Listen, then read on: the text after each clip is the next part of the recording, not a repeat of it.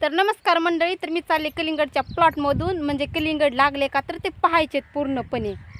आज कसं आहे माहिती आहे का, आज टाईम पण आहे मला, तर म्हणलं कलिंगडच्या प्लॉटमधून एकदा फिरावा, म्हणजे आपल्याला कलिंगड दाट लागले का तर पातळ लागले तर एकदा चेक करावा.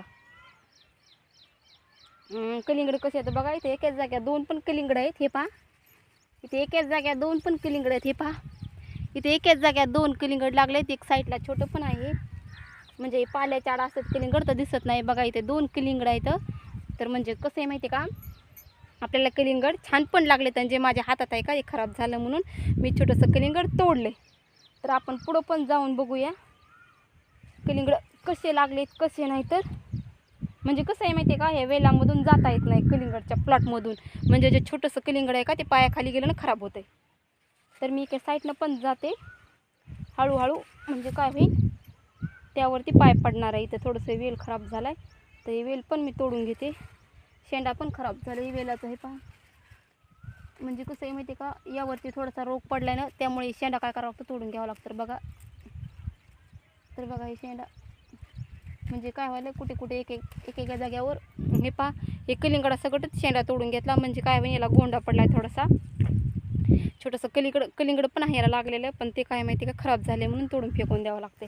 म्हणजे काय होते माहिती का, हे जे खराब झालेलं वेल आहे का, त्या दुसरीकडं खूप म्हणजे पांगतं, त्यामुळे हे साईडला तोडून फेकून द्यावं लागत आहे.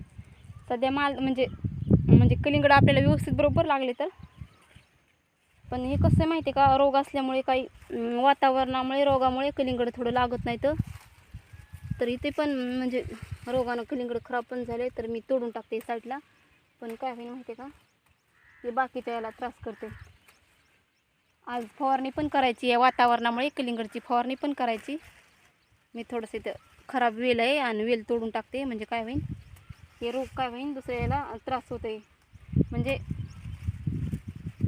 हे जे खराब झालेलं आहे का ते दुसऱ्या याच्यावर होऊ नये म्हणून तोडून टाकते याला साईडला. तर बघा हे दोन पण शेंडे मी तोडून घेतले आणि हे तोडून फेकून द्यायचे साईडला. म्हणजे कलिंगड पण आपल्याला छान लागले, तर बघा व्यवस्थित कलिंगड दाट पण लागले. तर पण आता कसं आहे, मला पुढं जाता येत नाही, तरी पण मी प्रयत्न करते जाण्याचा, म्हणजे वेलाव पाय पडू नये म्हणून. तर म्हणलं मधमाशा पण एकदा चेक करावा, मधमाशा आहेत का. तर म्हणजे कसं आहे माहिती का, मधमाशी जास्त असली ना मग आपल्याला कलिंगड जास्त लागत होतं. मधमाशी पण आहे, पण मला आता पुढं जाताच येत नाही, कारण की खूपच दाट आहे तिकडं. मी कलिंगड पण पाहते इथे की दोन कलिंगड आहेत, पण बघते मी किती मोठाले पण झालेत का. तर बघा इथे पण कलिंगड पाहिले मी, खूप मोठं झाले कलिंगड. हे बघा इथे पण कलिंगड पहा किती मोठं झाले, खूप मोठं झालं इथं. आणि म्हणजे साईडला छोटंसं पण कलिंगड आहे, हे साईडला छोटं पण कलिंगड आहे. तर चला मला आता शेतामध्ये पण जायचं आहे. आता एकच लाईन राहिली खुरपायची, ती लाईन पण खुरपून घेते. बघा हा आपला कलिंगडचा प्लॉट आहे, किती मोठा प्लॉट आहे पहा कलिंगडाचा, खूपच मोठा प्लॉट आहे. आणि म्हणजे आपल्याला कलिंगड पण छान लागली तर, आणि खूप मोठाले पण झाले. तर तुम्हाला दाखवते साईज पण. ही पहा कलिंगडाची साईज सध्या एवढी आहे पहा.